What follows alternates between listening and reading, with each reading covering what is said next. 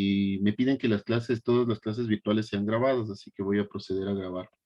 Igual, bueno, la ventaja de la parte virtual es que ustedes pueden, si es que les interesó una parte específica de la clase o toda la clase, ustedes pueden volverla a ver, ¿no? Entonces, eh, igual, o sea, al que falta, pues no le puedo poner que no asistió porque también queda grabado, ¿no? Entonces, puede volverla a ver cuando guste. Bueno, no sé si me confirman si están viendo mi pantalla, por favor.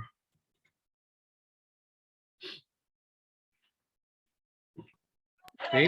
Sí, sí se puede ver. Bueno, bueno. Y bueno, al mal tiempo darle prisa, dicen, entonces empecemos. Como les digo, alguna chica me escribió, no sé, no tengo ahorita mi celular, pero me decía que por favor no nos demoremos, Arqui, que tengo que hacer, ni sé qué, bueno, está bien, no hay problema. Y es una pena realmente que nuevamente tengamos que hacer las cosas virtuales. Espero ya la próxima semana, sí, vivo o muerto con COVID, sin COVID, con lo que sea, con paro, sin paro, poderles ver nuevamente. Hay una frase que dice, si quieres verle a Dios reír, cuéntale tus planes. Básicamente hay planes que se cambian a último momento, ¿no? Entonces eso es muy complicado. Entonces, bueno, esta clase fue preparada, yo muchas veces me pregunto para preparar las clases, qué me hubiera interesado a mí saber o conocer en este punto que ustedes están? Hay algunos temas que les van a servir para toda la carrera, así como hay temas que les van a servir para toda la vida.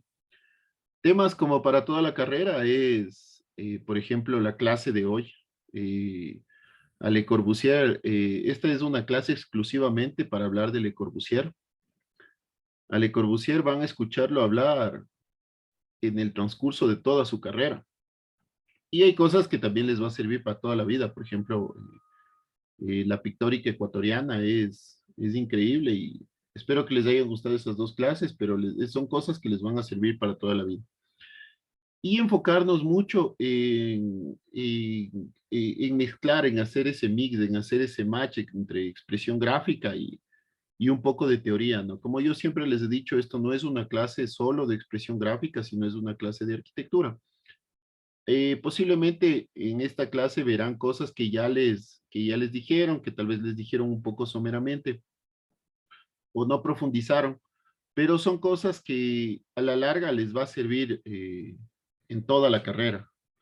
Cuando ustedes recorren la ciudad o recorren proyectos de arquitectura, fueron proyectos que fueron pensados por alguien previamente, pero los arquitectos o muchas veces nosotros como arquitectos creamos proyectos. En cambio, Le Corbusier creó un tipo, un estilo de arquitectura, cambió las normas de la arquitectura, cambió las ideas que todos tenían concebidas hasta ese momento. Gracias a Le Corbusier nace la arquitectura moderna. Él es el padre de la arquitectura moderna. Mucha bibliografía habla sobre él como un referente de la arquitectura moderna. No, él es el padre de la arquitectura moderna con sus 5 postulados de arquitectura moderna. Pero como los humanos somos cambiantes, claro, luego Le Corbusier, ya van a verlo más adelante, cambia su modo de hacer arquitectura y se pasa a un nuevo estilo que se llama el brutalismo. Bueno, vamos a empezar ya. Como siempre les digo, esto no es una clase magistral, esto es un intercambio. Si bien es cierto, yo voy a presentar la clase, pero me gusta escuchar sus opiniones, su retroalimentación, si es que tienen algún dato interesante que puedan compartir con el grupo, si es que tienen alguna pregunta que desean hacerla, no se preocupen, me piden la palabra y lo hacemos, ¿ya? Esta clase es de ustedes y es para ustedes y sobre todo lo más importante aquí son ustedes, o sea, Lo importante aquí es que se puedan llevar esta clase y la puedan ver las N veces que quieran y sobre todo que puedan recurrir a las láminas, a la bibliografía, a todo lo que hemos creado y les sirva para otras materias. Por eso les digo, posiblemente esta clase la habrán escuchado en alguna otra clase de arquitectura o de sus otros profesores, pero tal vez no tan a detalle o tan a fondo, tal vez lo escucharon muy por encima. Esta vez lo vamos a ir más a fondo, ¿ya? Entonces comienzo. Bueno, el contenido es, la idea actual es la integración de elementos de ambientación entre sí con elementos arquitectónicos a través de la acuarela, ¿sí? Las últimas 6 clases, esto es la parte principal, ¿sí? Yo le estoy poniendo cuestiones o agregados a esto para que les sirva como un plus o un adicional a ustedes. Me podría yo remitir netamente al sílabus, pero lo que yo quiero es que ustedes se lleven de estas clases más información y ganas, sobre todo ganas de investigar. Entonces, bueno, la idea principal de estas clases es integrar los elementos de la ambientación entre sí y con otros elementos arquitectónicos a través de la acuarela. Estas clases les voy a llamar dibujar la arquitectura viva. Ya van a entender por qué se llama arquitectura viva. Es dibujar, vamos a empezar a graficar, a bosquejar, a pintar la arquitectura viva. Y también vamos a retratar de la historia del diseño, la arquitectura y el urbanismo, ¿sí? Las anteriores clases o las anteriores presentaciones que hemos tenido, se trató de desarrollar conceptos básicos de la ambientación. Acuérdense ustedes que hicimos ejercicios en síntesis, de geometrización, desde diversos puntos de vista de personas, de vehículos, de vegetación, de arquitectura. Pero en esta clase vamos a ir un poco más allá. Esta clase está muy dedicada a la historia, a la teoría, al diseño y al urbanismo, ¿sí? Como les decía, Le Corbusier, como a manera de spoiler, ¿no? Le Corbusier es quien cambió completamente la arquitectura, quien nos dio esa nueva arquitectura o arquitectura moderna. Y gracias a él se generaron otros estilos, ¿no? Estilos como el minimalismo, o sea, nuevos estilos de arquitectura, nuevas formas de hacer arquitectura. Bueno, entonces, como les decía, estas clases son arquitectura viva. Vamos de esta clase a hablar de Le Corbusier. Su nombre era Charles Edward Jeanneret Gris, más conocido como Le Corbusier. Le Corbusier le pusieron como un seudónimo. No, ese no era su nombre era Charles Edward Jeanneret Gris, más conocido como Le Corbusier. Como dicen por ahí, alias Le Corbusier. Pero bueno, esto fue una variante un poco humorística que le hicieron, ¿no? Le decían el cuervo. O sea, entiendo, yo no hablo francés, pero entiendo que Le Corbusier en francés evoca esta ave, ¿no? Al cuervo. Pero ¿por qué le ponen este seudónimo? Es por su abuelo materno. Su abuelo materno se llamaba Le Corbusier, pero todo unido. A él es Le Corbusier, o sea, Le Corbusier. El abuelo era Le Corbusier, pero todo unido. Sí. Bueno, y Charles Edward Jeanneret Gris nació en el Chacs de Fonds, en Suiza, el 6 de octubre de 1887. Yo estudié en la Universidad Central. En la Universidad Central tienen hasta un monumento al natalicio de Le Corbusier, de los 100 años de Le Corbusier. Hicieron ahí un monumento. Y bueno, y muere en Provenza, en la Costa Azul, en Francia. Muere de una manera un poco trágica, ¿no? Fallece con un ataque cardíaco mientras él nadaba. Uno de sus aficiones era nadar. Y bueno, él tenía una casa de veraneo y se fue y empieza a nadar y le dio un paro cardíaco al pobre. Pero bueno, él fue un teórico de la arquitectura, fue un arquitecto, diseñador, pintor, suizo, nacionalizado francés. es considerado uno de los más claros exponentes del movimiento moderno en la arquitectura, junto con Frank Lloyd Wright, Walter Gropius, Alvar Aalto, Ludwig Mies van der Rohe, y uno de los arquitectos más influyentes del siglo XX. Bueno, esto yo lo tomé de una bibliografía, pero no creo que fue uno de los más influyentes del siglo XX, sino fue el más influyente del siglo XX. Ustedes ya van a entender por qué les digo esto a lo largo de su carrera, pero ustedes van a leer más veces a Le Corbusier o frases de Le Corbusier o las teorías de Le Corbusier que las de Frank Lloyd Wright, las de Walter Gropius, las de Alvar Aalto, las de, bueno, tal vez Ludwig Mies van der Rohe también podría asemejarse, pero ustedes van a ver o van a citar más veces a Le Corbusier que cualquier otro arquitecto, ¿sí? Entonces yo creo que él fue el más influyente, o sea, no es uno de los más influyentes, sino el más influyente del siglo XX. Bueno, como les decía, él fue un arquitecto, un teórico, fue urbanista también. Le Corbusier, ya van a ver más adelante, dentro de sus postulados, él hablaba de la máquina de habitar, la máquina haciendo referencia como un vehículo, que era lo que estaba muy en boga en ese momento, en los años 40, 20, 30, 40 más o menos, 1920, 30. Eh, entonces, él hablaba mucho de la máquina de habitar, pero hacía referencia al vehículo. Entonces, gracias a Le Corbusier, nosotros tenemos la forma de los parqueaderos, el área social cercana a la entrada, ya van a ver en sus postulados de arquitectura. Pero también él fue un urbanista, entonces él también primó mucho dentro de las ciudades el uso del vehículo.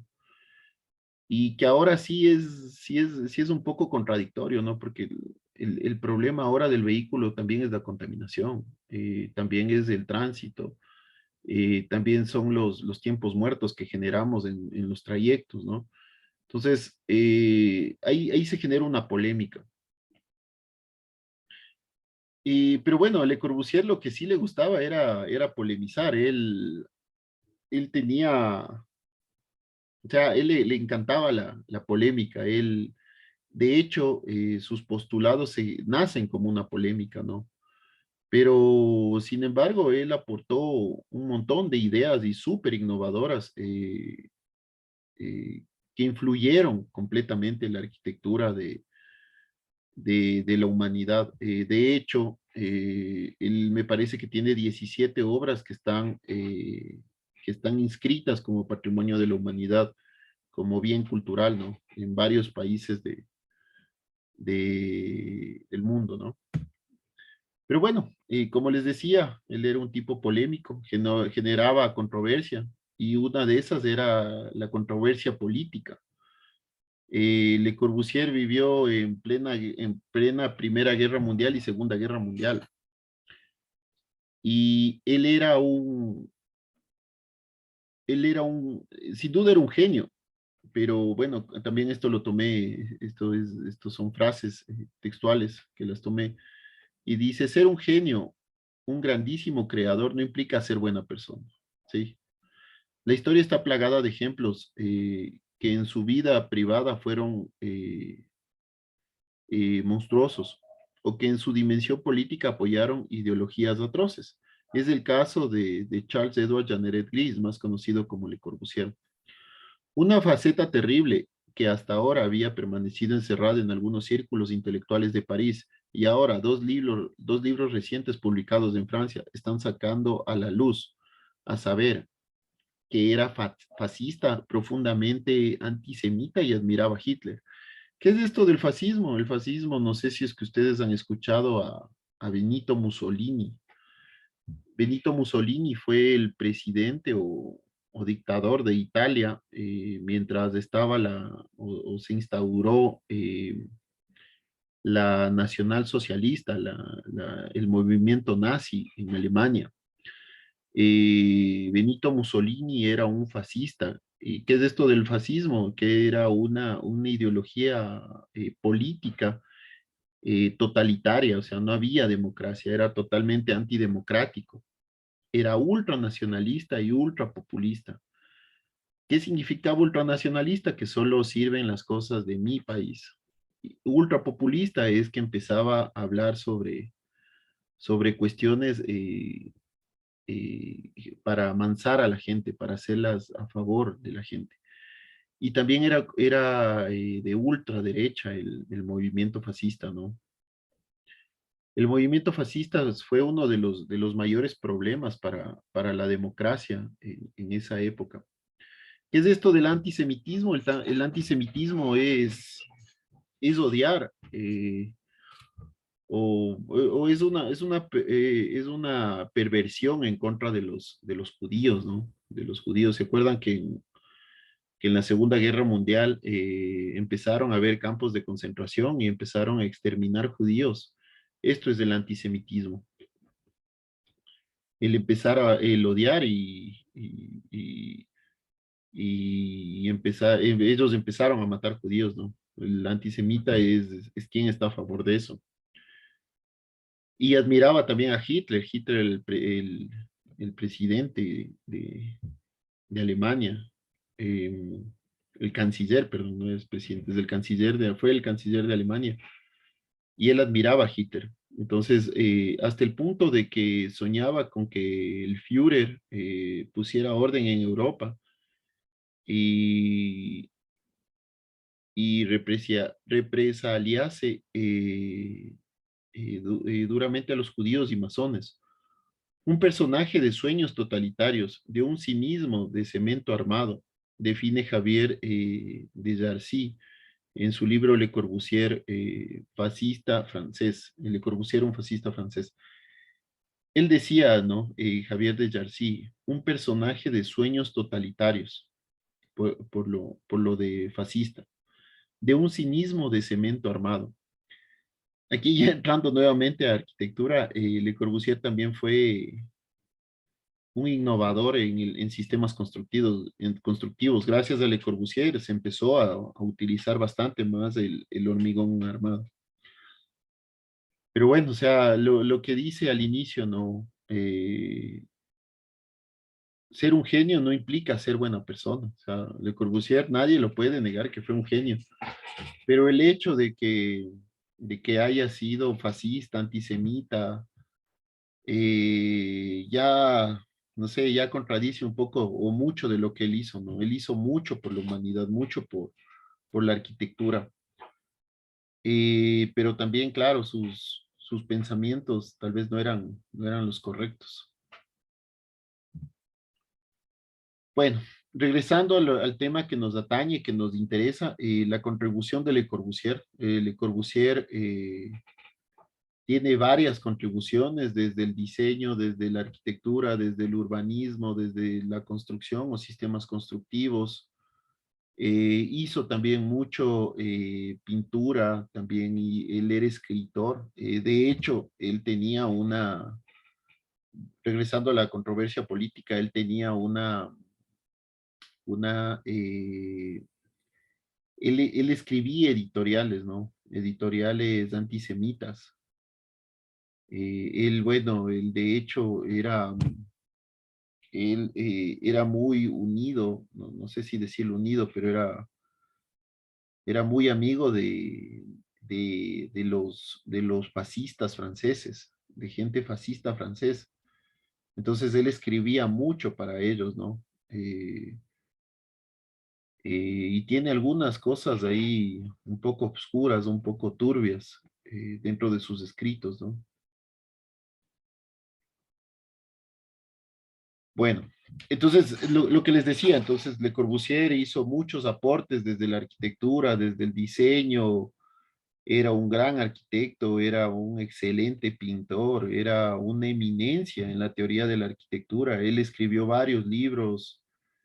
De hecho, vamos a ver ahora un libro de él que se llama Le Modulor o El Modulor. Él ejemplificaba sus ideas mediante sus propios proyectos. O sea, y esto es muy interesante porque muchas veces los que son teóricos de la arquitectura suponen cómo debe ser la arquitectura, pero no construyen. O sea, él era más bien un tipo muy integral porque él teorizaba arquitectura y construía al mismo tiempo. Bueno,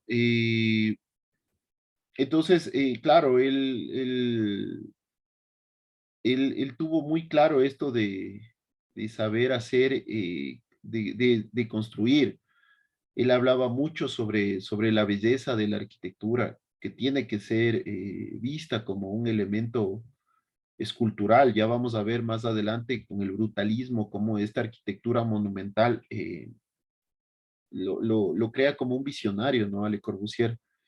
Él veía mucho la posibilidad de cambiar el mundo a través de la arquitectura. Él tenía muchas posturas que eran innovadoras, que eran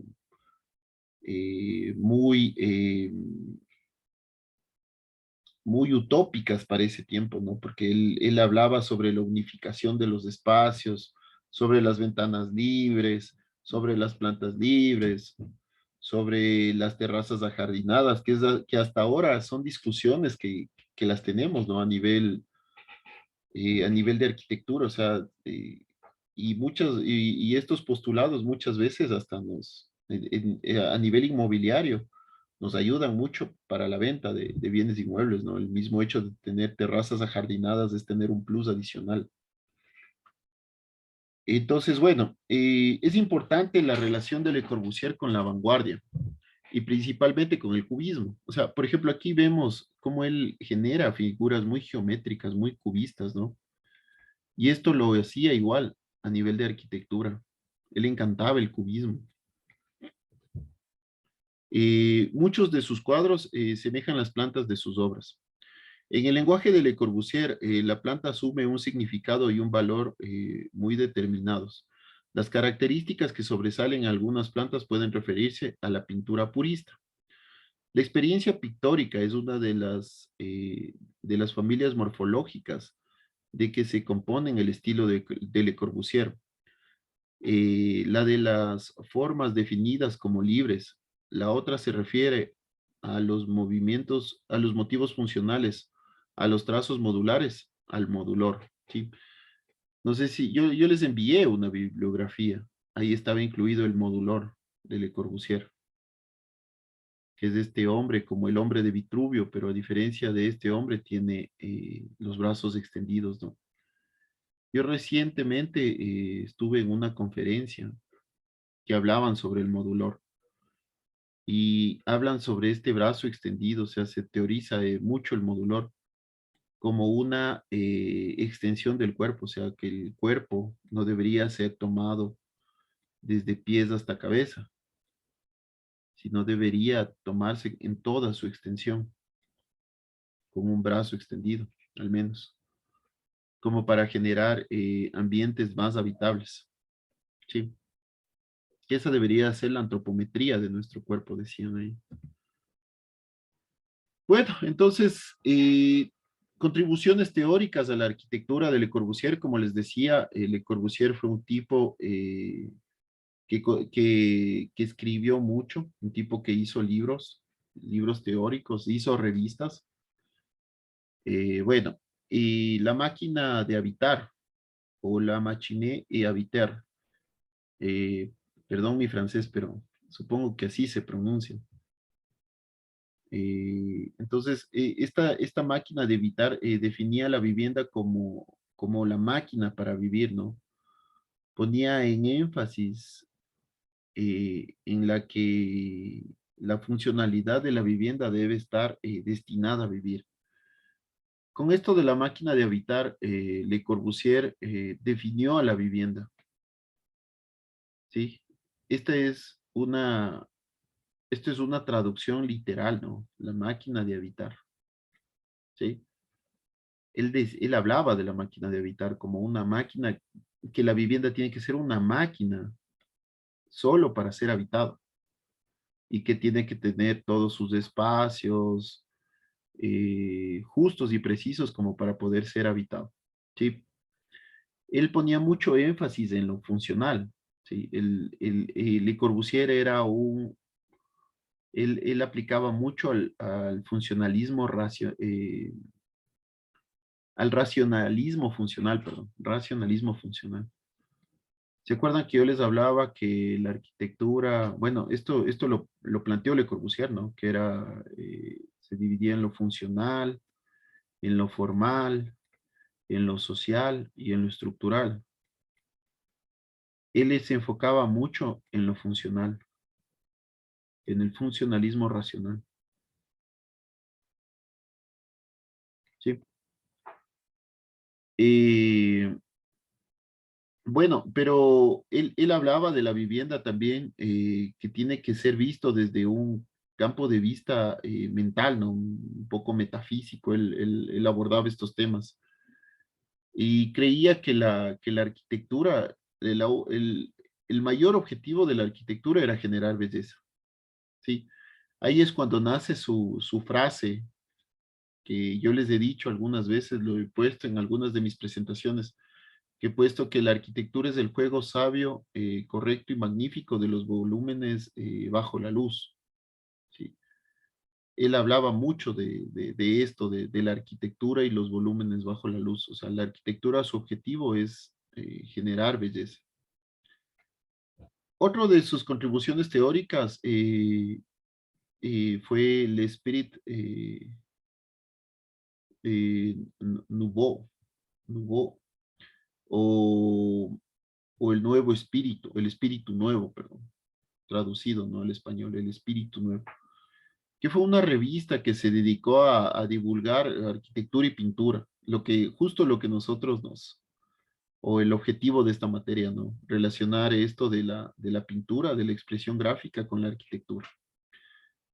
Eh, y esta revista empezó a divulgar las ideas de la arquitectura y pintura. Le Corbusier fundó en 1920, junto con Paul Dermé, una revista de divulgación artística que tuvo una gran resonancia internacional, ¿no? Eh, bueno, luego de esto, él genera una recopilación de todos los artículos y crea su libro Vers une arquitecture, o más allá de la arquitectura. Y ahí es donde sale esta frase de la arquitectura es el juego sabio, sabio, correcto y magnífico de los volúmenes bajo la luz. ¿Sí?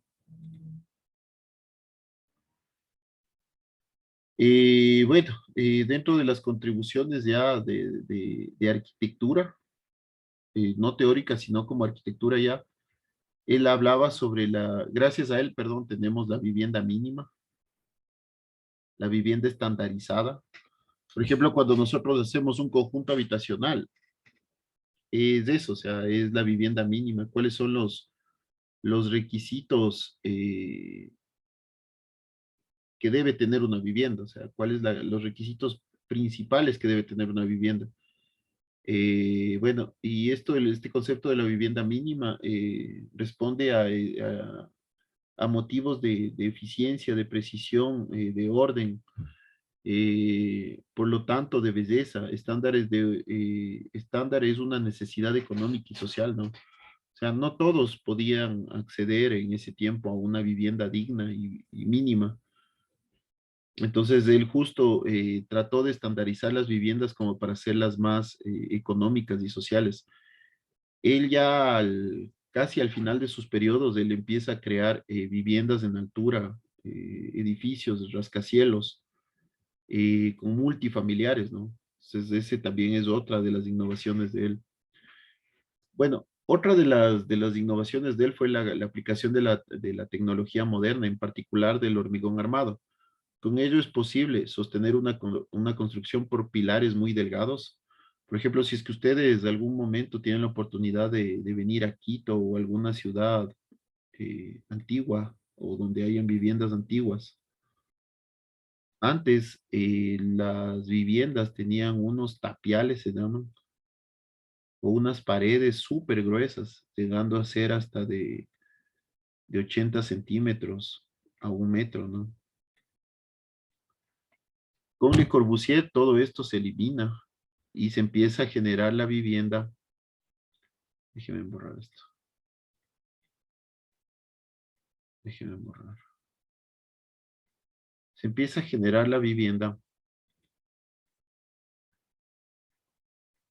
con estos pilares. ¿Sí? O sea, la vivienda se empieza a sostener en columnas. Él hasta ese momento les llamaba pilares o pilotes. También realiza una cubierta plana capaz de soportar un gran peso. La cubierta plana. Esta es la Villa Savoy, ¿no? Pero imagínense la cubierta plana en hormigón armado. Una cubierta de, o una losa de 20 a 25 centímetros, cuando antes se utilizaba unas cubiertas en este tipo de construcciones, se utilizaban unas cubiertas tradicionales que eran hasta de 2 metros de alto, ¿no? O sea, si es que ustedes tienen familia, sus abuelitos donde vivan, eran cubiertas realmente impresionantes, gigantes, ¿sí? Entonces él empezó a modificar esos estilos. Disponer también de una planta libre de gruesos muros estructurales y abrir ventanas de la longitud deseada, ¿no? Estos son los postulados de la arquitectura. Los más originales de los 5 puntos son las ventanas horizontales y la fachada libre, ya que implican un nuevo esfuerzo figurativo. Vamos a hablar sobre esto, esta nueva configuración de la vivienda. Bueno, la máquina de habitar. Le Corbusier es conocido por su definición de vivienda como máquina de vivir. Ponía énfasis en la funcionalidad que debe estar destinada a vivir, comprendiéndose esto último desde un punto de vista metafísico, lo que les hablaba, ¿no? Muy mental. Él creó, de hecho, su libro La máquina de habitar. Creía que el objetivo de la arquitectura era generar belleza y que ésta debía repercutir en la forma de vivir de los ocupantes de los propios edificios. ¿Sí?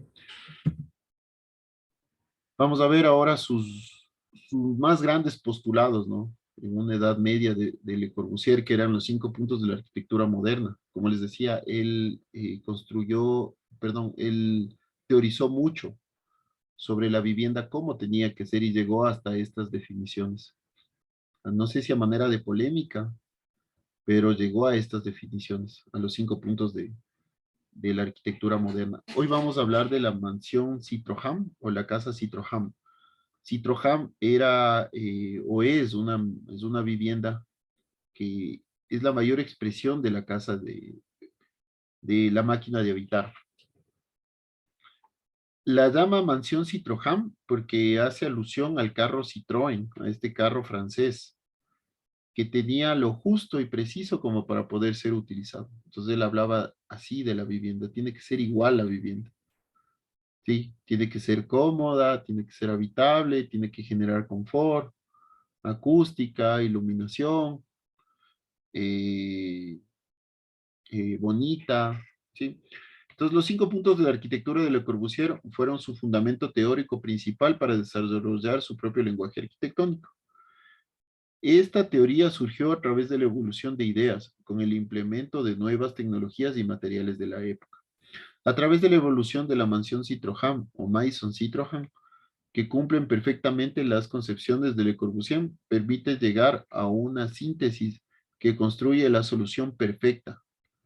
Él hablaba sobre la solución perfecta, ¿no? Para la vivienda, que sería planteada en 1926 entre la Primera y Segunda Guerra Mundial, más o menos, con los nuevos puntos de la arquitectura moderna. Entonces, ¿cuáles son los nuevos puntos de la arquitectura moderna? Los pilotes o columnas, los techos ajardinados, ya vamos a ver bien la Villa Savoy más adelante, la planta libre, arriba o en la terraza, en área de parqueaderos y dentro de la misma vivienda, la fachada alargada, ¿sí? Esta fachada limpia y alargada. En lo personal a mí no me agrada mucho, sí me gustan a mí los volúmenes integrados de la fachada, pero él hablaba, ¿no? De la fachada alargada y la ventana alargada. Sí. Y bueno, los 5 puntos eran los pilotes, lo que ya hablábamos. la terraza jardinada, que ya la vimos, la planta libre. Nosotros tenemos plantas libres, por ejemplo aquí. Él escondía estas columnas con muros, con paredes, como ahora nosotros también lo hacemos. La ventana longitudinal, bueno, no se ve aquí, y la fachada libre. ¿Sí? Empezamos. La planta sobre pilotes son elementos estructurales, los pilotes. Hablaba aquí, ¿no? La planta sobre pilotes. Son elementos estructurales que guardaban una misma distancia entre ellos, ubicadas en la parte baja de la edificación, soportando el peso. Más o menos como una mesa, ¿no? Lo pensaba. Para Le Corbusier, la planta baja pertenecía al automóvil, ya sea para aparcar o como circulación. Es por eso que la vivienda se elevaba sobre pilotes para permitir el movimiento de los vehículos en la parte baja de la edificación. Y, y eso es lo que yo les decía, ¿no? El Le Corbusier tenía unas ideas innovadoras para su época, pero que ahora son bastante discutibles, ¿no? ¿Cómo que la vivienda, o perdón, que la planta baja le pertenece al automóvil, ¿no? Es en lo personal ya ahora ya más bien estamos tratando de romper esa idea, ¿no? La planta baja, ¿no? O sea, todo tiene que ser antropocéntrico, perdón. O sea, hecho para el hombre, para el hábitat del hombre, no para la máquina, no para el vehículo, ¿sí? Otro punto, los techos ajardinados, el techo jardín o los techos jardín están planteados para ser una solución de calefacción para los espacios interiores y permitan la recuperación de áreas perdidas. ¿Qué es la recuperación de áreas perdidas? Cuando nosotros construimos, por ejemplo, esta vivienda, en planta baja perdemos el espacio que ocupa la vivienda, ¿no es cierto? Entonces, lo que hacía Le Corbusier planteaba que este espacio que pierde la vivienda se lo compense en la cubierta, ¿sí? Por ejemplo, aquí tenemos un punto que modificó el urbanismo actual. Gracias a esto, gracias a Le Corbusier, ahora, por ejemplo, para las viviendas nos piden tener áreas comunales encubiertas, ¿no? En terrazas. Podemos poner áreas comunales. Es justo esto de los techos ajardinados. Le Corbusier encontró una solución de protección a los cambios de temperatura exterior e implementar los techos jardín en las cubiertas planas de hormigón armado. ¿Sí? Esto era el techo típico y este fue el techo jardín. Y bueno, hay que pensar que también Le Corbusier desarrolla su arquitectura en un contexto europeo, donde el verano llega muy fácilmente a los 40, 45 grados y donde el invierno llega también fácilmente a los -20 grados, es decir, una diferencia de 60 grados, ¿no? Entre invierno y verano, sí, que se eleva la temperatura. Bueno, otro punto fue las ventanas alargadas. Los pilares forman con las losas huecos intermedios rectangulares en las fachadas. Le Corbusier, en vez de cubrirlos con muro, creó estos huecos ventanas para que entrara mayor cantidad de luz y aire. Esta aplicación cubre toda la dirección horizontal de la fachada en varios niveles, como lo vimos en la Villa Savoy. Cubre todos los niveles, ¿sí?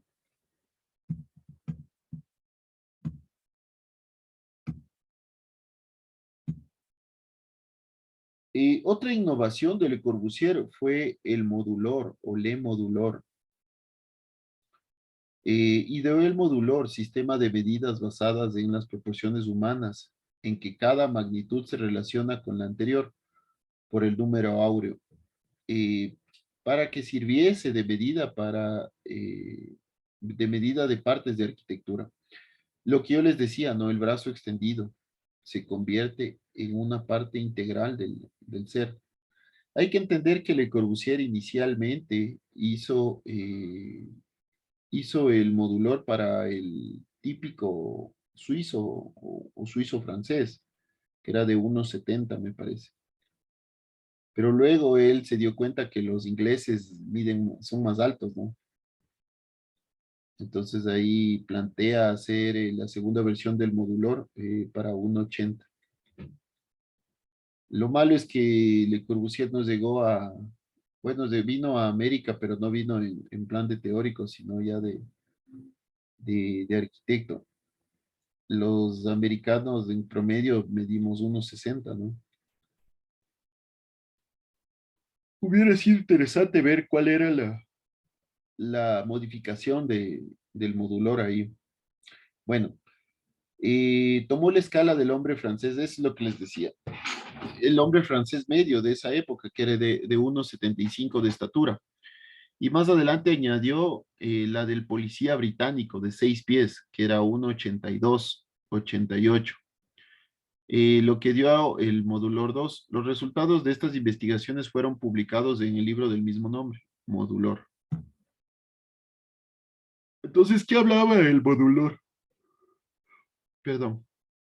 El modulor hablaba sobre el número áureo, eh, sobre las magnitudes humanas o sobre la antropometría, ¿sí? Entonces él habla y dice, bueno, este brazo, este es todo lo que puede llegar a extenderse. Él hizo también varios gráficos del hombre sentado. Por eso dice que la magnitud se relaciona con la anterior. Y ya lo vamos a ver más adelante.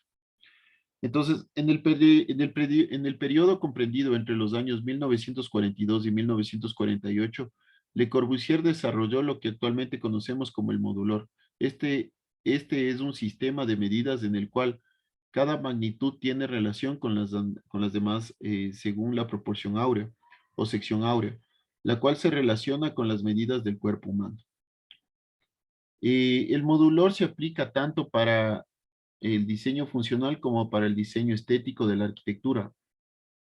Usando el modulor, Le Corbusier retomó la idea antigua que consiste en establecer una relación directa entre las proporciones que tienen las edificaciones y los seres humanos. Hay que entender que antes de Le Corbusier, quien proporcionó esta relación de proporciones entre las edificaciones y los seres humanos, o que tiene que haber esta relación de proporciones, fue Da Vinci, ¿no? Con el hombre de Vitruvio, con su hombre de Vitruvio, ¿sí? Entonces, claro, Da Vinci fue por ahí de 1400, Le Corbusier es de 1925, 28, que plantea, que plantea el modulor, ¿sí? Exacto, aquí podemos ver, ¿no? Cómo Le Corbusier, aquí está el hombre de Vitruvio de Da Vinci. Aquí podemos ver cómo no es lo mismo un hombre que estará acunclillado con un hombre sentado, que los codos, el área de codos, que el área de manos, eh, que el área de antebrazos, ¿sí? Que el área de brazos. El alto, este es del modulor 2, ¿no? De 1,82,8 me parece. Y sobre todo, la extensión del brazo, ¿sí? ¿Y esto cómo se relacionaba con la arquitectura que en ese momento hacían? ¿Sí? Bueno, entonces vamos a empezar a ver las obras arquitectónicas de Le Corbusier. Para esto, eh, les voy a adelantar un poco el trabajo, la tarea, el trabajo en clase, entre comillas, tarea. Nosotros vamos a seleccionar una de las obras que estén presentadas aquí o que no estén presentadas aquí de Le Corbusier, y eso vamos a pintar, eso es arquitectura viva, vamos a empezar a pintar la arquitectura. Y, y también leer un poco de esas obras, ¿no? O sea, no sé, la próxima clase les digo, bueno, vamos a revisar los deberes y ahí les pregunto, chicos, ¿qué opinan de esta, por ejemplo, de la Villa Savoy? O sea, en lo personal no me gusta, ¿no? Es muy recta para mi gusto.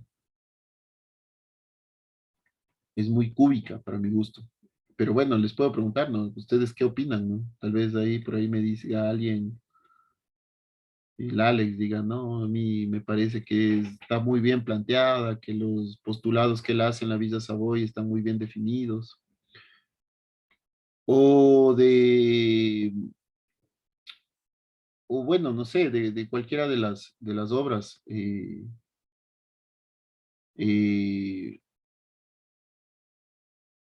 y ustedes ahí me plantean y dicen, ¿no? A ver qué opinaron sobre esta obra. O sea, se divide, digamos, en dos partes. La primera, en que ustedes puedan dibujar, retratar la arquitectura que ustedes deseen.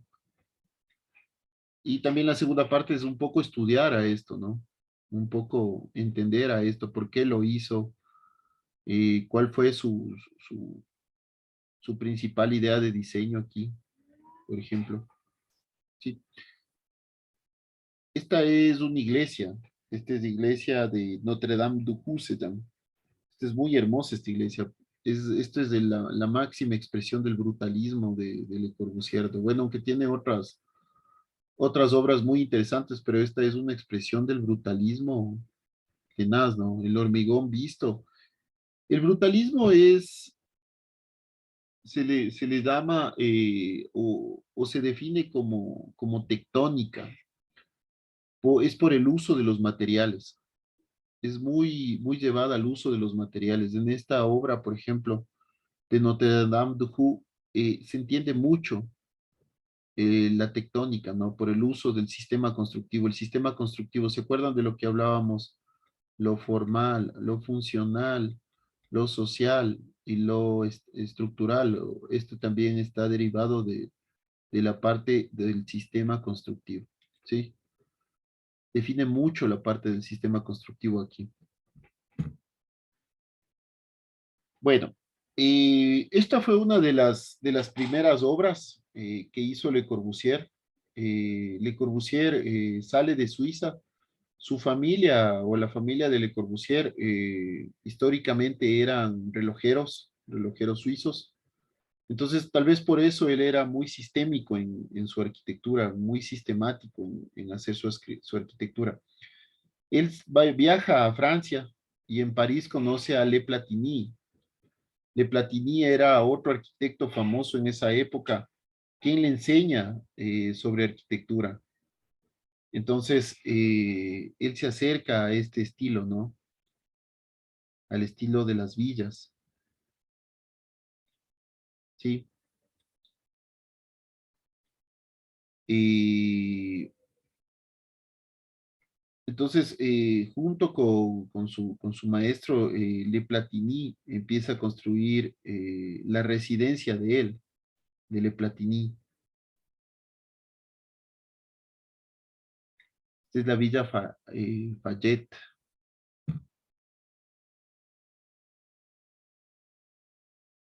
Este es el pabellón suizo construido en París, Francia, que es un proyecto de alojamiento de estudiantes universitarios, ¿no? Alojamiento de estudiantes universitarios suizos en París, Francia. Eh, Generalmente en ese tiempo los estudiantes que iban de Suiza a París, a Francia a estudiar, vivían en casas o en viviendas, pero lo que trataron de hacer aquí es de unificar a todos los estudiantes para que vivan en un solo lugar. Entonces le encargan este proyecto a Le Corbusier y a Pierre Jeanneret, otro arquitecto, para que hagan este proyecto que son dos, son dos como, es un proyecto de dos cuerpos, ¿no? Se puede ver aquí. Sí, y bueno, sí, la obra consta claramente de dos volúmenes direccionados, ¿no? Por un lado, el pabellón en forma de paralelepípedo. ¿Qué es un paralelepípedo? Es una figura geométrica. en forma de cubo o de rectángulo cúbico, en que contiene los dormitorios de los estudiantes y por otro lado una forma libre que contiene los ámbitos de reunión, que es esta, ¿no?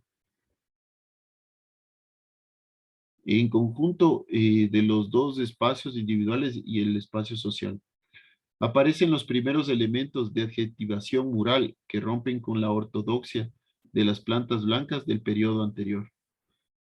¿Qué es esto de la adjetivación mural?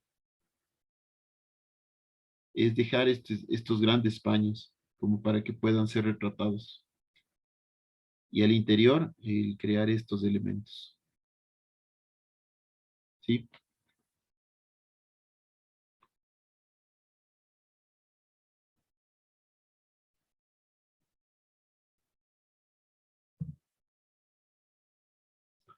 Bueno, esta es la Villa Savoy.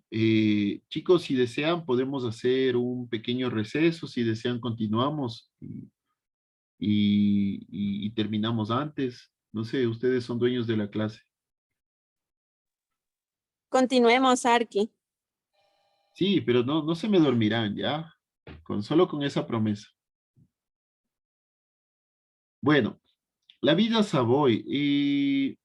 Es interesante esto de la Villa Savoy. Como ustedes lo habían escuchado, lo habían visto en las láminas anteriores, Le Corbusier apoyó mucho al nazismo, al fascismo. Pero la Villa Savoy, bueno, fue hecha en Francia.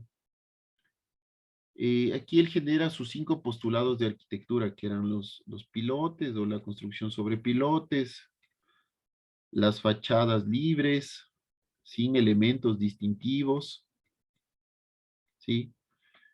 Las ventanas alargadas,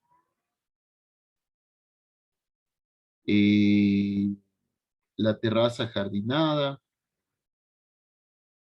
y las plantas libres, ¿no? Unas plantas que permitan el recorrer. Sí. Les decía que es interesante porque, sí, aquí él es su máximo postulado sobre los 5 puntos de la arquitectura. Pero esta vivienda fue bombardeada por los alemanes, ¿no? En la Segunda Guerra Mundial. Fue construida, vivieron, me parece que en 1930 más o menos y en 1940 por ahí es bombardeada. O sea, vivieron apenas 10 años los dueños de la vivienda. Sí, bueno, lógicamente ya después fue reconstruida y aquí ahora es de la casa museo dedicada a la vida y a la obra de Le Corbusier, ¿no? Eh, Recibe un montón de gente al año y todo, pero como les decía, este tipo de arquitecturas, lo que les comentaba también de la cascada, ¿no? Que muy poco fueron habitadas. Bueno, al menos la casa de la cascada, yo leía alguna vez que nunca fue habitada. Pero esta sí fue apenas 10 años habitada, ¿no? La Villa Savoy, sí. Eh, pero, sin embargo, la Villa Savoy, ¿y por qué le llamaba esto arquitectura viva? Es porque la Villa Savoy trataba de integrarse dentro del ambiente, ¿no? La Villa Savoy trataba de integrarse mucho dentro del ambiente. De hecho, la arquitectura de Le Corbusier trata de mimetizarse con las formas geográficas de alrededor. Entonces, él hablaba eh, él hablaba aquí sobre espérenme un segundito.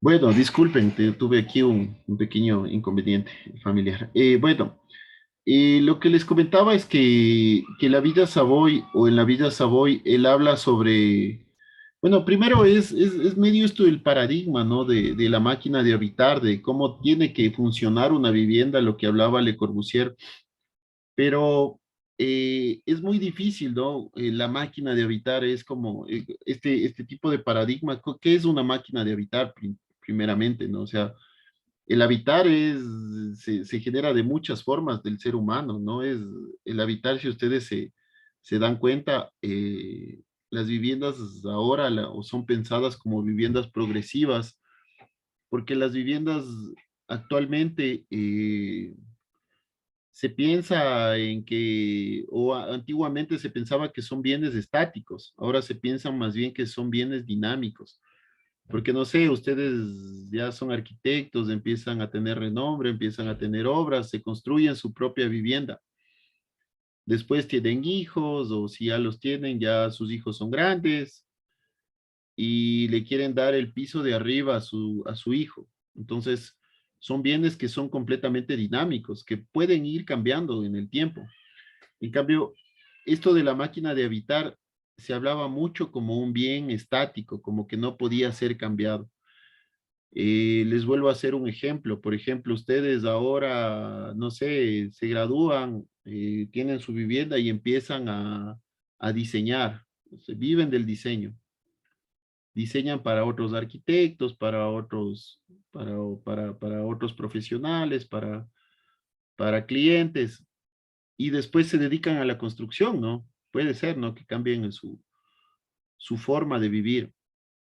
Y entonces posiblemente lo que tenían concebido como vivienda también tiene que modificarse, ¿sí? O yo no sé, ustedes se casan tal vez con un médico, o con no sé, un psicólogo, o a un sastre o costurero, donde empieza también a tener que integrarse dentro de esta vivienda y necesita crear sus propios espacios. Entonces, esto de la máquina de evitar, en lo personal me parece que sirvió mucho, sirvió conceptualmente mucho, pero no se pensó muy a largo plazo, no se creyó en que el ser o el hombre no es un ser estático, sino más bien es un ser que va modificando sus ideas, no es. Ahora, claro, tenemos un vehículo, lo vendemos y compramos uno más grande si tenemos dos hijos más, ¿no? Pero en cambio la vivienda ahí se pensaba un poco diferente, ¿no? No es que tengo dos hijos más y les compro otra vivienda solo para ellos. No es así, porque el sistema económico no funciona así. Pero bueno, a Le Corbusier le influenció mucho esto de los vehículos y él pensaba mucho en esto, ¿no? Le apasionaba mucho esto de que la vivienda tiene que ser como un vehículo, ¿no? Que adelante tenemos el volante, abajo los frenos, o sea, es una máquina, pero la vivienda en lo personal no creo que sea una máquina, sino es un bien y es un bien que muchas veces pasa por la parte psicológica, ¿no? O sea, la vivienda es un lugar donde nosotros llegamos, nos distraemos, nos tranquilizamos, nos desestresamos, lo que no sucede muchas veces con su vehículo, ¿no? Entonces, es un bien psicológico también la vivienda. Y engloba muchas percepciones, ¿no? Muchas percepciones que, por ejemplo, no es lo mismo para mí una vivienda que posiblemente para no sé, para mí como arquitecto, digo, ¿no? Que para un médico, por ejemplo.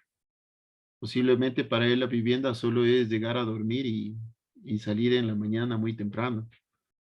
Tal vez para mí, por lo menos, también es un lugar para trabajar. Aquí yo tengo mi oficina en mi vivienda, lo digo. Tengo mi oficina, tengo mi bodega donde guardo mis herramientas. O para un odontólogo, por ejemplo, en la vivienda, él no puede guardar su silla con su maquinaria, digamos, porque sería muy difícil, ¿no? Pero es así, ¿no? Entonces, lo que quiero decir con esto es que creo que con el tiempo rompimos ese paradigma de la vivienda, de la máquina de habitar, ¿no? Nosotros tenemos muchas funciones que día a día se van modificando, pero esas funciones se vuelven muy necesarias para el diseño, ¿sí? No es lo mismo una casa o una vivienda en un área urbana que en un área rural, por ejemplo. Donde en un área rural yo puedo vivir completamente a mis anchas, puedo crecer a donde yo quiera, en cambio en un área urbana estoy limitado, muy limitado a cómo voy creciendo, ¿no? Bueno, esta es la Villa Savoy, es más o menos lo que yo les quería decir. Eh, Hay que dibujar, a mí me trae, no me gusta mucho la Villa Savoy, la verdad, yo les soy sincero. Me parece que es algo muy cúbico, muy recto, muy lineal. Y en lo personal no me atrae esa arquitectura, pero claro, a alguno de ustedes le puede atraer y respeto mucho eso. Pero en lo personal no me atrae mucho, me parece que es algo muy recto, me parece que es una caja, ¿sí? O una mesa, ¿no? Porque abajo tiene sus pilotes. Pero bueno, esta vivienda que yo estoy criticando sin tener el nivel que tiene Le Corbusier, esta vivienda modificó completamente la arquitectura, cambió lo que pensábamos de arquitectura, ¿sí? Eh, Le Corbusier aquí pensó mucho en los elementos abstractos o en los elementos espaciales, en la continuidad, lo que les decía en las plantas libres, pensó mucho en las continuidades, ¿sí? En la integración afuera hacia adentro o adentro hacia afuera. Él desarrolló muchos conceptos también de arquitectura interior aquí a lo que él hablaba de las plantas libres. Hasta en eso se modificó, ¿no? La arquitectura. Lo que les decía, lo del techo jardín. Actualmente, yo les comento, yo construyo edificaciones de vivienda. Y si no hago techo jardín, simplemente no vendo nomás. O sea, salgo del mercado porque al lado sí lo hacen. Entonces, el espacio que tú robas al terreno, él lo compensaba aquí arriba, ¿no? Entonces, son cosas que todavía están en boga, con eso les digo, o sea, eso quería decirles. Son cosas que todavía están muy presentes dentro de nuestra arquitectura, ¿no? La utilización del sistema estructural mismo, ¿sí? Ah, sí, aquí, hijo de puta. Disculpe, profe, dice Elizabeth que se le apagó el cel, por si acaso, ¿Mande? que acaba de salir. Elizabeth dice que se le apagó el cel. Ah, no hay problema. Igual la clase queda grabada, yo le subo al portas. Si no pudo atender, no hay problema, no se preocupe más bien. Eh, Igual queda en el portas, yo les mando el enlace de la grabación y lo pueden revisar si es que les interesó alguna parte en específico, lo pueden adelantar, lo pueden retrasar, lo pueden volver a ver. Es lo mágico de la parte virtual, ¿no? No hay problema, más bien muchas gracias por avisarme. Bueno, aquí yo les traje un video de la Villa Savoy para que más o menos ustedes la vean, pero no me funciona. No sé qué pasó. A ver, voy a ir acá.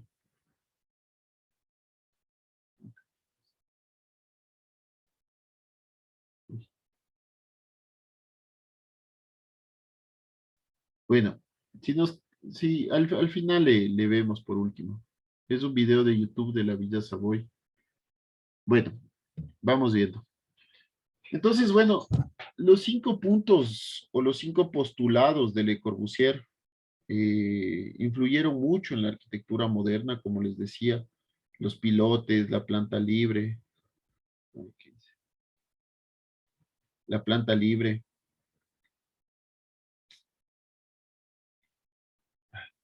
Disculpe. La planta libre. Voy a tratar de más bien hacer como resaltador. Ya, como resaltador está mejor porque no borra lo que está debajo. Ya, la planta libre, sí podemos ver este tipo de elementos, ¿no? Son elementos continuos. Él hablaba, ¿no? Eliminar elementos en medio de la planta, ¿no? Ese es el concepto básico de la planta libre. Sí. La cubierta jardinada, la fachada libre, sin elementos eh, de adorno, ¿no? De ornamentación. Las ventanas corridas o ventanas alargadas. Y y la terraza jardín que ya la hablamos, ¿no? Este es el más claro ejemplo de los 5 puntos de Le Corbusier en la Villa Savoy. Sí. Bueno, así su aportación al lenguaje racionalista radica en el hecho de haber codificado 5 puntos a los que corresponden una nueva configuración arquitectónica. Y es así, ¿no? Es una nueva configuración arquitectónica que hizo Le Corbusier. ¿Sí?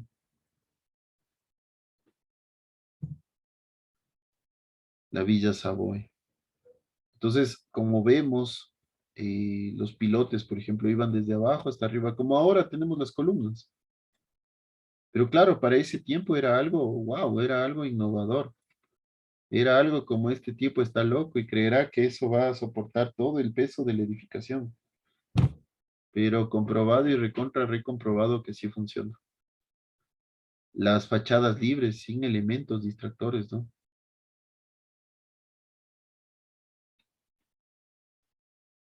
Las plantas libres, esto es lo que les decía de las plantas libres. Me hubiera gustado que vean el video para que vean cómo es la planta. La planta no tiene elementos, casi no tiene paredes en el medio. Y la planta libre también abajo, ¿no? El vehículo, de hecho, entra por aquí, giraba, era un elemento de circulación para el vehículo y se parqueaba ahí. Y las ventanas longitudinales o ventanas alargadas y la cubierta jardinada. Ya. Entonces, la Villa Savoy, localizada en Poissy, Francia, el año de construcción es de 1929. Es una de las obras arquitectónicas que revolucionó la arquitectura en el siglo XX.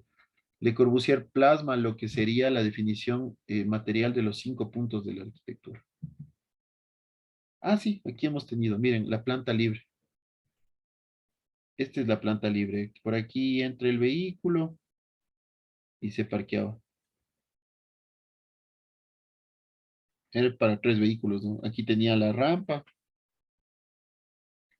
y aquí un sistema de escaleras. Y no tenía más la vivienda. Aquí, en cambio, la vivienda subían. Aquí era la sala, la cocina y los dormitorios. Separaba muy bien el área familiar del área social. Y en la terraza, y este era un solarium. Este es un solarium, se llama. Que entraba el sol hacia acá para iluminar completamente la vivienda. Y aquí era la terraza jardinal. Sí.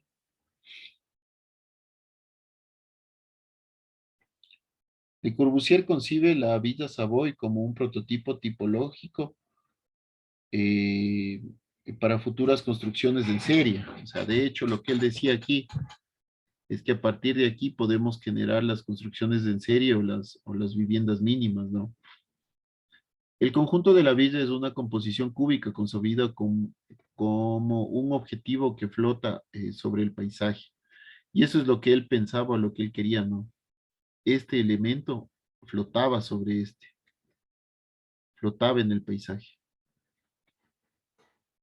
Se plantea un espacio continuo funcional a lo largo de los diferentes niveles de la vivienda. Acuérdense, en el espacio continuo, las rampas. ¿Sí? Esta vivienda, esta simple vivienda, cambió la arquitectura. ¿Sí? Y ahora utilizamos muchos de estos elementos, muchísimos.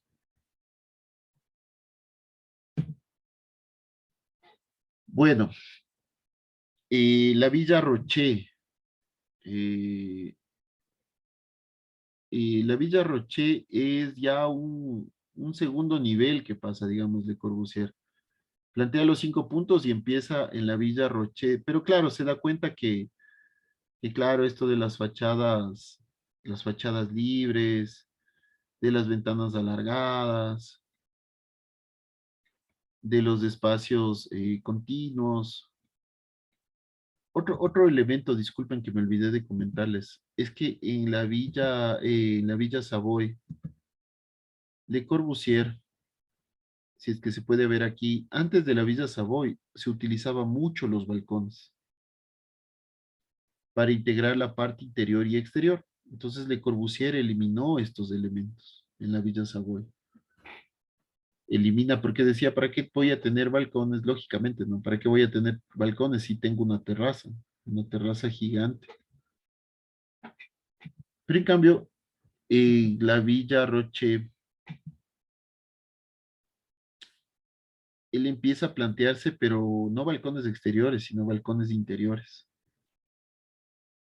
lo que ahora le llamamos los mezanines, ¿sí? Bueno, entonces Le Corbusier describe la Villa Roche como pintoresca, llena de movimiento, pero que requiere de una jerarquía clásica para disciplinar. En la Villa Roche, bueno, Le Corbusier era un tipo que viajaba mucho, le encantaba viajar. Y en uno de sus viajes conoció la Acrópolis griega, ¿sí? Entonces, Le Corbusier se inspiró en la Acrópolis griega como para poder plantear la Villa Roche. Él imaginaba como la Acrópolis griega, sin duda, ¿no? Que tiene que ser una experiencia espacial, decía él.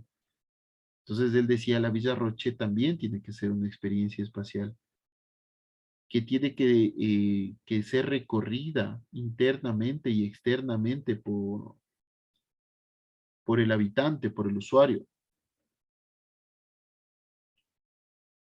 y que guíe al habitante hacia donde tiene que ir. Esto del que guíe al habitante sobre tiene que ir, él lo pensaba desde desde sus ideas, ¿no? Pero ahora utilizamos mucho esto de los recorridos. Hablamos mucho de los recorridos nosotros, ¿sí? ¿Se acuerdan que nosotros hablábamos de los ejes visuales, las jerarquías? Todo eso ahora nos sirve a nosotros para guiar al habitante a donde tiene que ir, ¿sí? Entonces, él se inspiró en la Acrópolis porque él decía que la Acrópolis hacía eso, guiaba al habitante por donde tenía que ir. Él hablaba sobre la experiencia espacial, ¿no? Y bueno, entonces él pensó así como en la Villa Roche, como la Acrópolis. Bueno, entonces es una sucesión de espacios maravillosamente iluminados que fueron diseñados para ser perceptiblemente experienciales. Sí, por todo lado hay iluminación aquí, por todo lado. Cuando él incorpora estos elementos estructurales llamados pilotes, caramba, él libera los muros exteriores. Si nosotros vemos, por ejemplo, las ciudades antiguas, tienen ventanas así chiquitas porque la pared funcionaba para sostener la cubierta.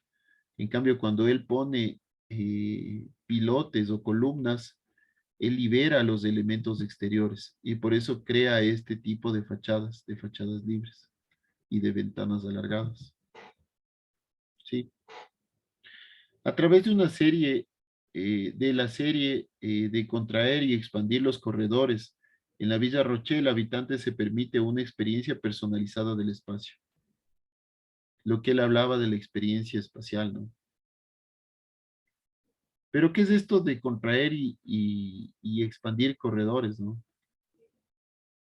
lo que yo les decía, ¿no? Él generaba este tipo de elementos al interior, estos balcones interiores.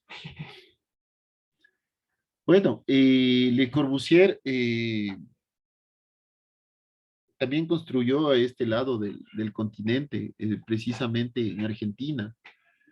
En Argentina construye la Casa Curuchet, que es una vivienda unifamiliar diseñada por Le Corbusier, eh, pero que fue encargada a Amancio Williams, quien posteriormente Amancio Williams le encarga esto a Le Corbusier, ¿no?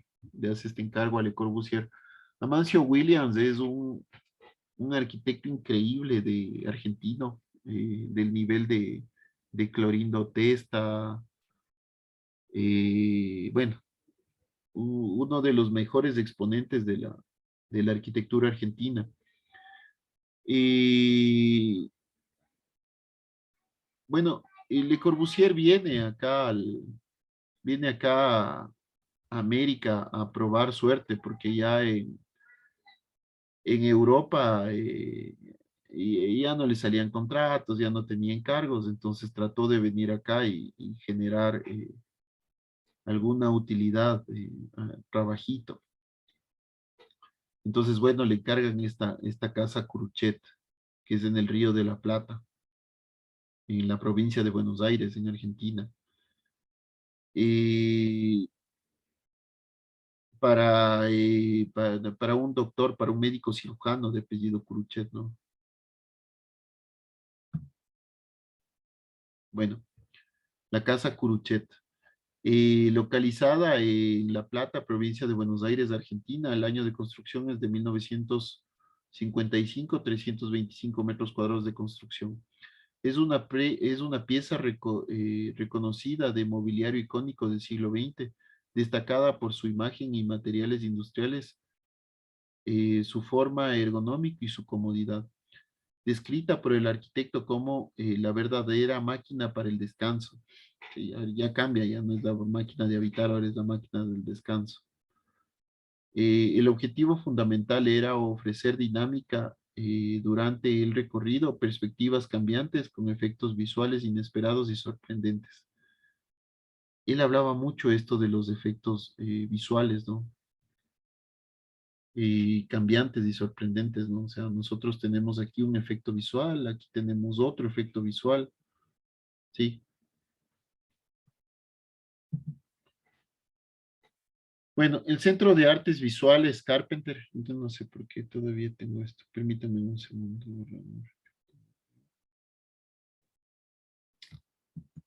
¿Cómo se borrará esto?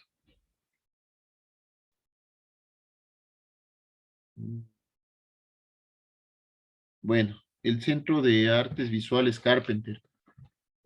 Aquí Le Corbusier empieza a explorar, ya empieza a cambiar de ideas, ¿no? Empieza a cambiar de ideas, si queremos, es una nueva etapa de Le Corbusier, ya no utiliza esto de las fachadas libres, ¿sí? Empieza a generar volúmenes, me parece que es una etapa mucho más madura de Le Corbusier, a generar, pero a generar volúmenes dentro de las fachadas.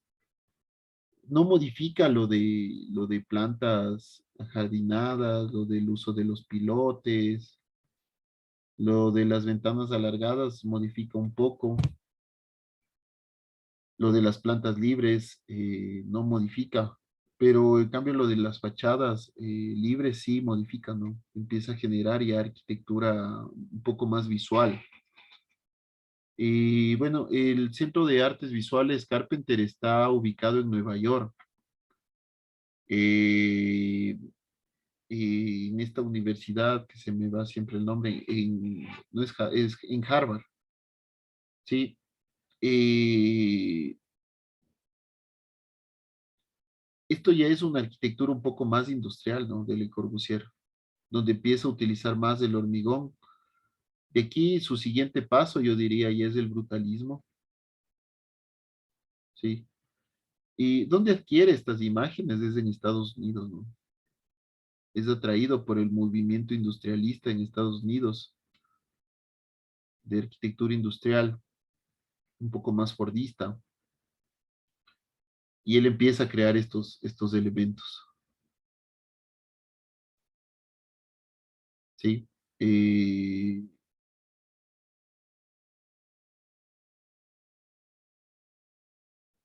bueno, sigamos. Bueno, en 1947 construye, aquí es uno de sus unidades habitacionales, ¿no? Esto es un edificio de viviendas, ya no es como de alojamiento que hizo el pabellón de Suiza, esto ya es un edificio de departamentos. Sí, podemos ver aquí, no es que abandona sus ideas de la Villa Savoy, plantas libres, ventanas alargadas, sí, puede ser, pero ya tienen elementos que van cortando, ¿no? Los ejes visuales. Las fachadas libres, ¿sí? Perdón, las fachadas libres ya se va eliminando, ¿no? Retorna a estos elementos para muralismo. eh, pero empieza a, a crear arquitectura sobre un elemento nuevo para él, ¿no? Que ya era visto en Estados Unidos, pero era bastante novedoso para él, que era la construcción en vertical o los rascacielos, que en ese tiempo estaban en boga en Estados Unidos, pero él todavía no los apreciaba, pero empieza ya a generar este tipo de arquitectura en vertical, ¿no? Y claro, este tipo de elementos empiezan a modificar la imagen urbana, empiezan a modificar el espacio urbano, y empiezan a generar un nuevo estilo de ciudad, un nuevo tipo de ciudad. eh, y empiezan a liberar el suelo. Ya, las construcciones ya no son horizontales, sino empiezan a ser verticales y liberan el suelo para espacio público. ¿Sí? Entonces, ahí está otro de los elementos que hablábamos de las contribuciones de Le Corbusier al urbanismo. Bueno, esto ya es una etapa un poco ¿cuál sería la palabra? Una etapa más última de Le Corbusier. Eh, Esto ya es el brutalismo. Esta es la capilla de Notre Dame du Coup, en Francia. Eh, Esto es una capilla. Acuérdense de lo que hablábamos de Le Corbusier, que era eh, fascista, un tipo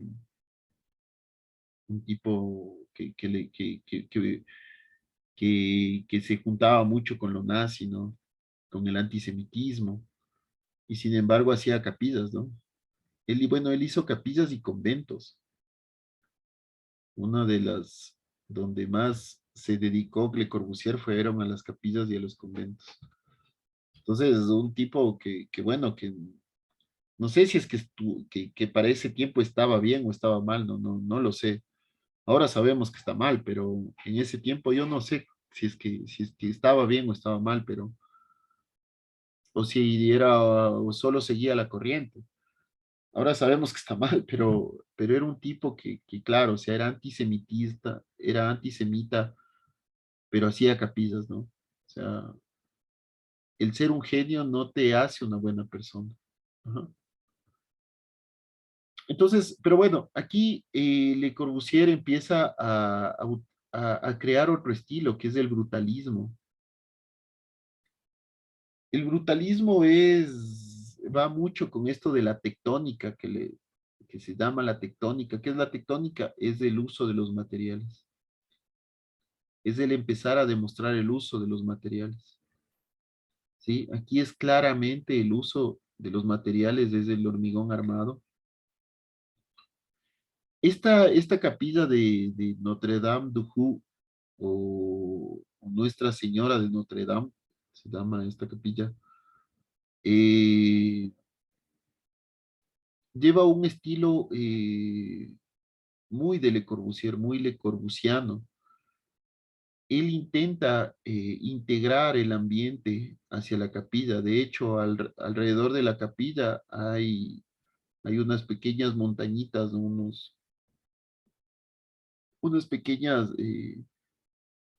lomitas, y él lo que trata de hacer es integrar esos elementos, o perdón, este nuevo elemento para no romper esa imagen que ya teníamos, ¿no? Con esas colinas alrededor, ¿sí?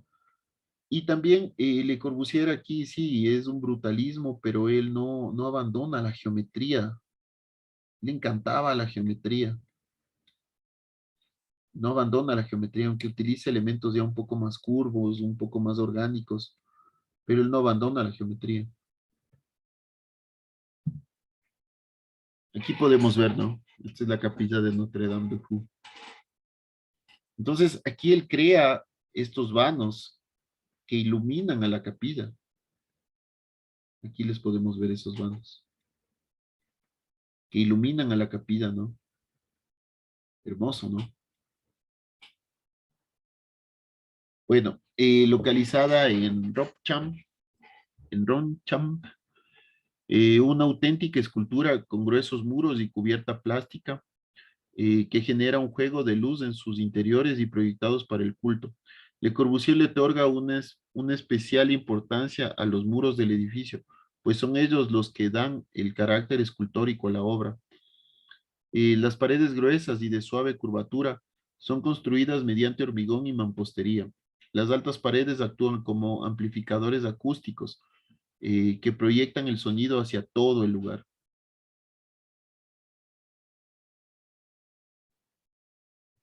¿Sí?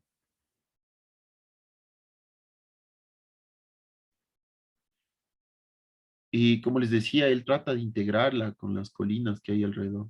Entonces, bueno, él también dice, es la luz el elemento que da sentido al espacio. ¿Sí? Qué interesante, ¿no? Y él hablaba sobre la arquitectura o la definición de arquitectura, que es el juego de los volúmenes bajo la luz, ¿no? Entonces él ahora dice, es la luz el elemento que da sentido al espacio.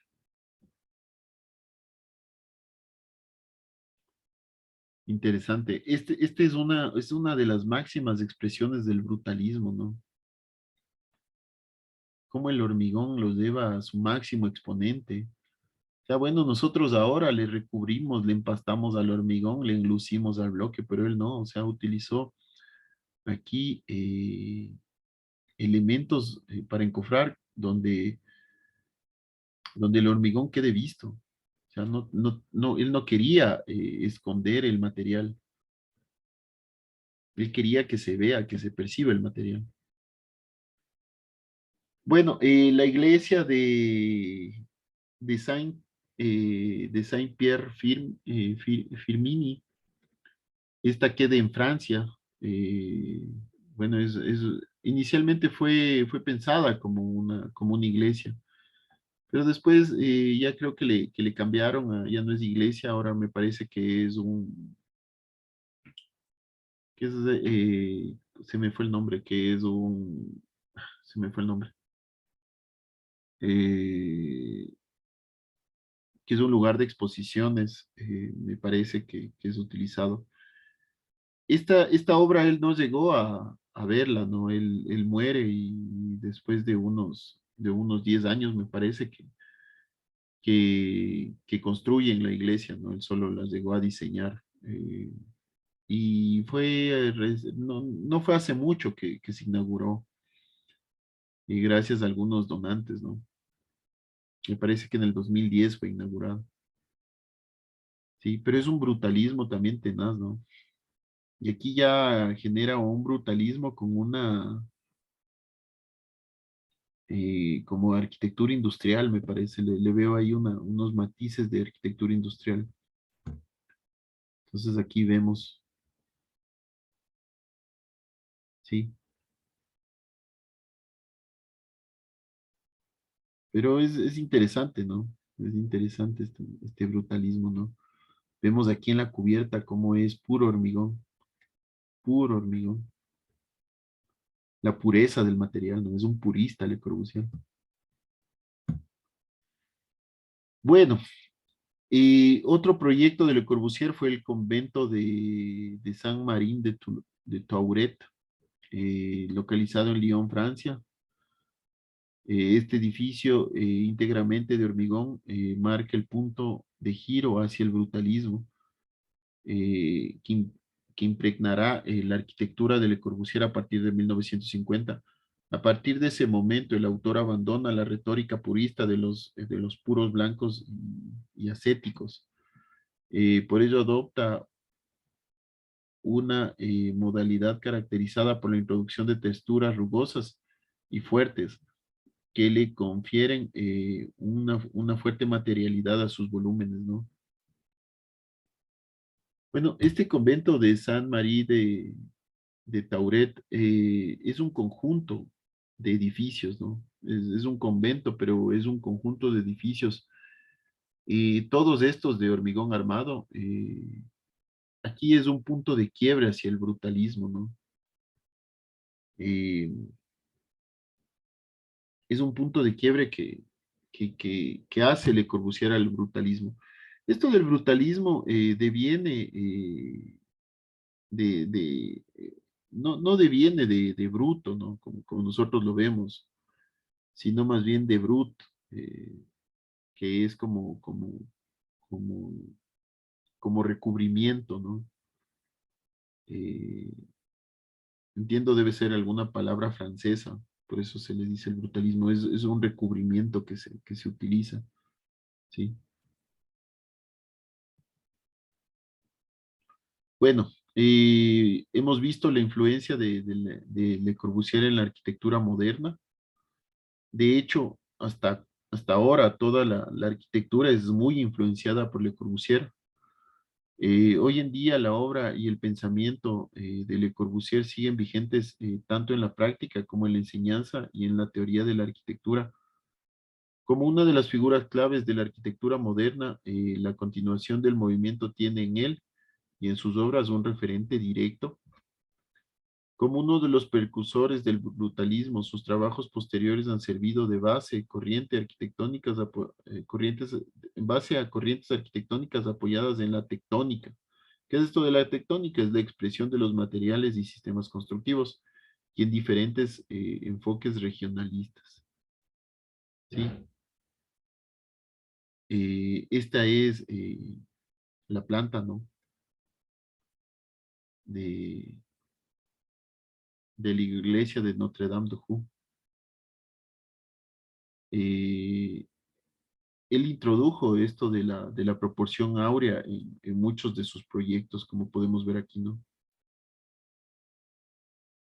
Pero bueno, tanto es la influencia de Le Corbusier que en el año de 2016 se declaró a 17 proyectos o 17 obras de Le Corbusier como patrimonio mundial de la humanidad. Y bueno, esta presentación yo les voy a pasar a ustedes. Ustedes pueden si desean verle, pero ustedes pueden,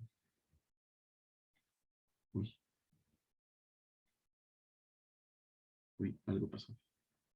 Por ejemplo, ustedes si les interesa, no sé, la Villa Savoy o, no sé, la unidad de Marsella, la cliquean y les lleva el enlace. Todito esto tiene enlaces, lo que está en azul tiene enlaces. O sea, o si quieren ir a la casa Curuchet, le clican y van allá. Sí. Y, ay, no sé qué hice, no sé qué hice. Bueno, entonces, Le Corbusier tiene proyectos en varios países, pero de ellos 17 fueron nombrados como patrimonio como patrimonio de la humanidad en 7 países. Son 17 los que fueron nombrados. Ustedes, si gustan, más luego les paso la presentación y van a poder revisar cada uno de ellos, pero yo no sé qué sucedió. Ya se colgó esta cosa.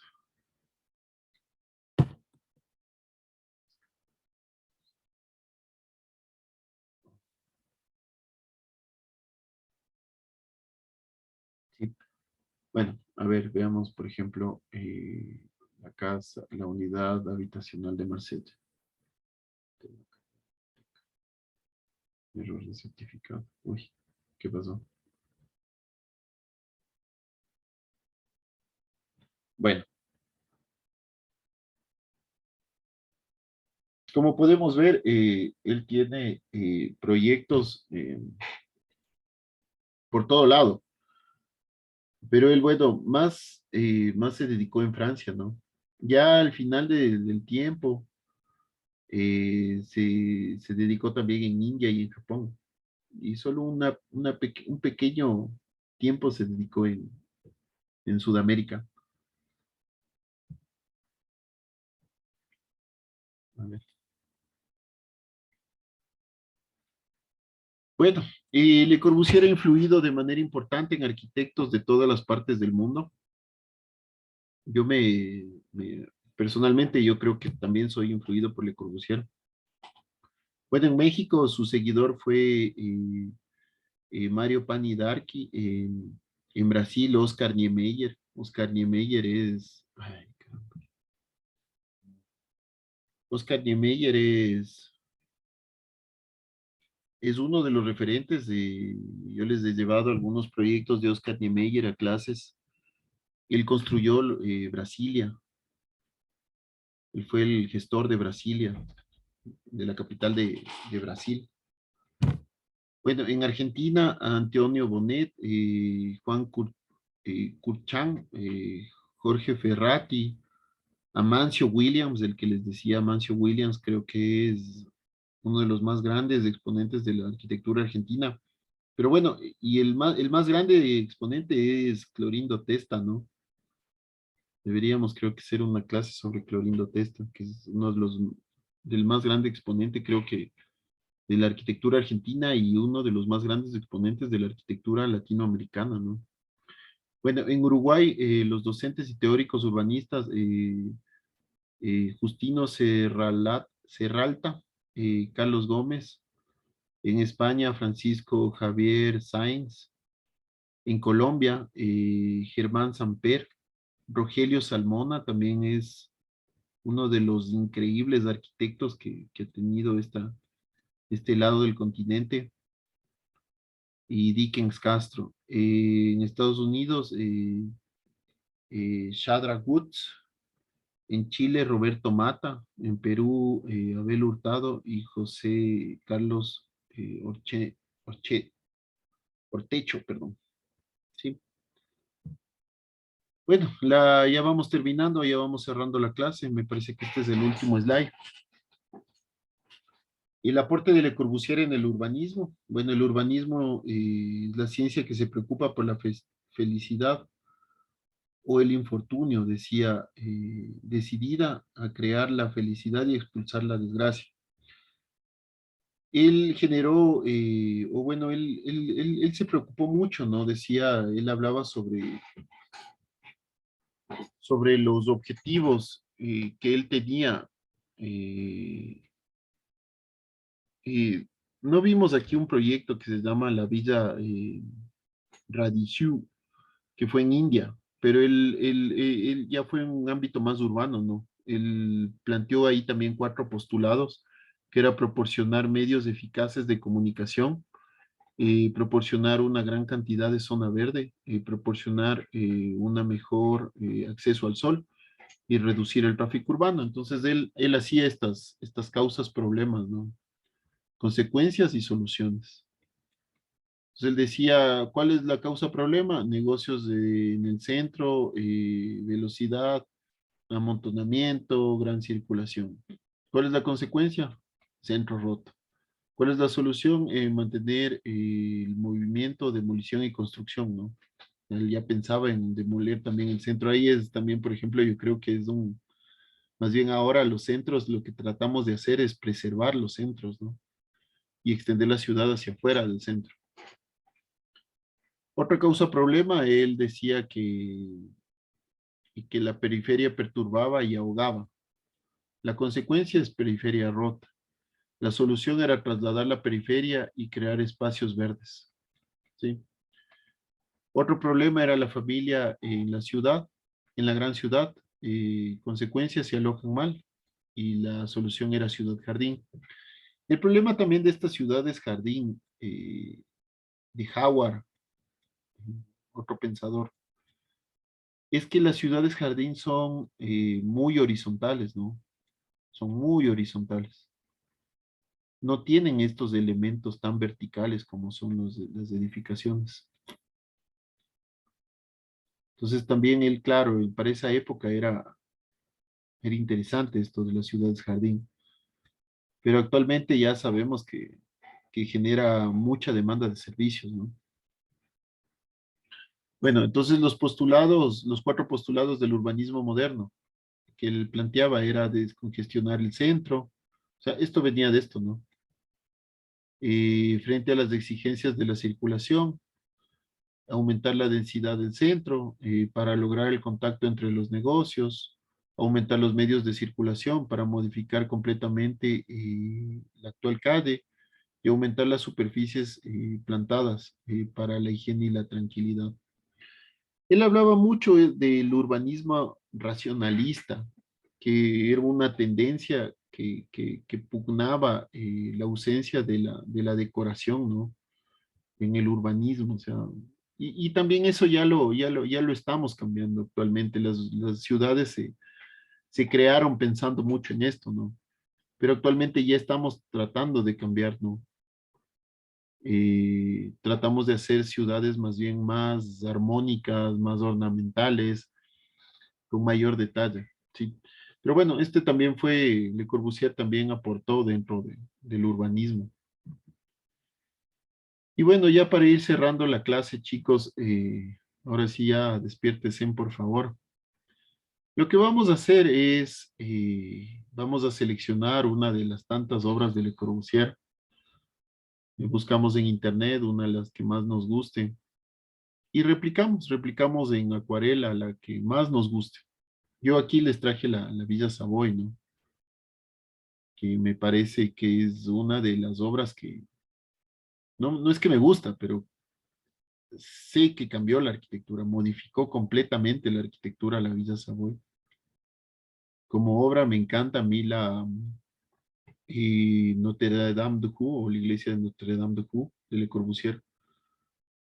Es el brutalismo en su máxima expresión, me parece mucho más, que tiene mucha mayor expresión esa, pero bueno, dentro del campo de la teoría, creo que esta es la que cambió la arquitectura, ¿no? Entonces, lo que tenemos que hacer como trabajo en clase es replicar una de sus obras en acuarela, la que más nosotros nos guste, la que decidamos, y también averiguar un poco de esa obra, ¿no? Averiguar, pensar un poco en esa obra, y la próxima clase la conversamos. Recuerden que Le Corbusier decía que la arquitectura es el juego sabio, correcto y magnífico de los volúmenes bajo la luz, ¿no? Y esto repercutía en la forma de vida de los ocupantes de estos edificios. Y también él decía que la arquitectura es generar belleza, ¿sí? Bueno, no sé si tienen alguna duda, alguna inquietud, qué les pareció, qué cambiarían, qué dejarían. Les escucho.